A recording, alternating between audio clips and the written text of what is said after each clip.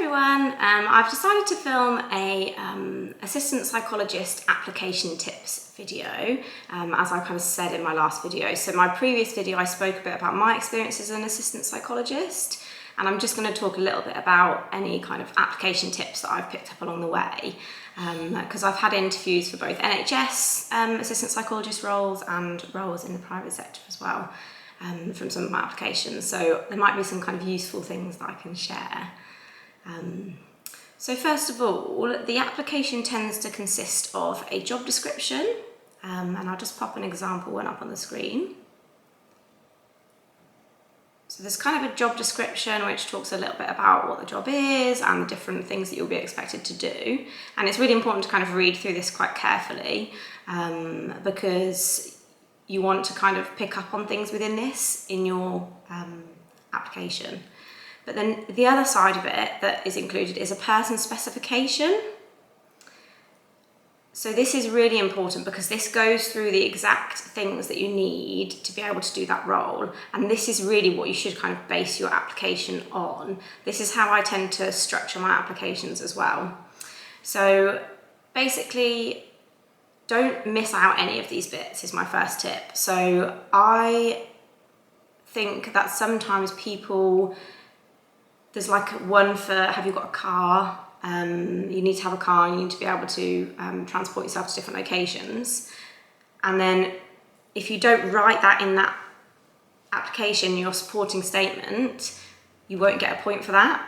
And somebody else who wrote it will. So making sure that you've covered each point in there is really, really important. So when you say that you've got a degree and you've got, I don't know, 2-1 first, whatever you've got in your degree, you need to say, and I'm eligible for graduate membership with the BPS. If that is what it says in the person specification, that you need to be eligible for graduate membership, because they're probably not going to go and check if you're eligible.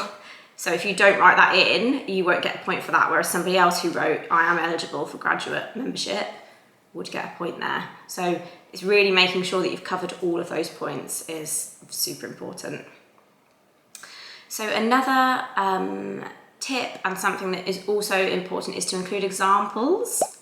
But when you're including examples, be concise. So include kind of an example for each thing in the person specification. So say if one of the things is to have a high level of written communication skills, you can put, when I worked in this setting, I produced reports for this, blah, blah, blah, which demonstrates my high level of written communication skills. Or I have a high level of written communication skills, for example, when working in, I did this. So even if you have kind of loads of examples, it's just an example of, so you don't need to write, when in this job I did this, in this job I did this, in this job I did this, because you're just not going to have enough space, and you want to keep what you're saying concise and kind of to the point. So I would just use one example per thing, one example from a job, whatever you feel fits that bit on the person specification the best. So when you are doing your statement, your supporting information bit, you don't need to write about everything that you've done and all of the jobs that you've had, because in the experience bit, there will be that. You can write about what you've done, and you can make sure that in that experience bit you include what was important for kind of each role, and the things that you did, and you can tailor that as well a little bit to the job description. So make sure that the things that are in the job description, if you've done those in previous roles, make sure they're in there in that experience bit.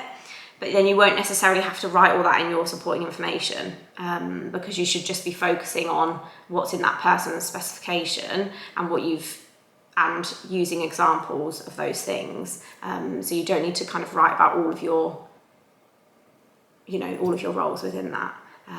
So make sure you kind of pop that in your experience bit. And when you're going through the person specification bit, you can use the job description to kind of see exactly what they want in that area, and then that'll help you to decide which one of your examples fits best with the service that you're applying for. So then my last tip would be that I think it's really important to show why you're passionate about that role. So why do you want to work with that client group? Why have you applied for that specific role? What kind of is your passion with that? And I guess, again, that doesn't need to be a long answer, but you need to make it clear that actually this is why I'm really passionate about doing this role. You want to show that that's something you really want to do, and not just that you're kind of applying for anything kind of thing. And there's always different things. It might not be that it's exactly where you want to be, or it might be that there's a part of it that really interests you, whether you're really passionate about learning, or what kind of things that you think would be exciting about that role. Why are you excited to apply for that role? So I think that's super important. And then I would say definitely go through your application and double check grammar, spelling, all of that. Get somebody else to go through it as well, just to read over it, because sometimes when you've read through something so many times you don't spot things. So it doesn't have to be kind of somebody who works in psychology, it could be anybody, just to kind of double check it all makes sense. And then I also think that when you're doing kind of future applications, you can definitely use your applications to kind of base future applications off that one. So once you've done your first one, it's definitely easier and quicker to apply for the next ones. But it's just kind of getting that first one done. But I would recommend definitely don't kind of just copy and paste. You want to tailor it to each job. So that bit about why you're passionate about each job, tailor it to that, and you need to tailor it to each of the person specifications. You need to hit every point on that person specification to get the right amount of points to then get an interview. So that, I think, is really important to do. So even if there's not any jobs to apply for at the moment, you can always go through kind of a typical person specification. You might have to find one online, or even look at a job. If there's a job kind of out of the area that you wouldn't apply for, just have a look at the person specification. You can start building up some examples in those areas of things you've done. And then that kind of gives you a bit of a head start, because when the assistant psychologist jobs come out, a lot of the time they close after they've got a certain number of applicants. So even if they say closing dates in a week, if they get a certain number of applicants, it might close after 2 days or even the same day. So you really want to be able to kind of do the best application you can in a really timely manner, because it's just so quick paced. So I think that's really important. So if there's any questions about anything that I've said, if you've got any more questions about applying for assistant psychologist roles, and any more questions about the application form, please just pop it in the comments below.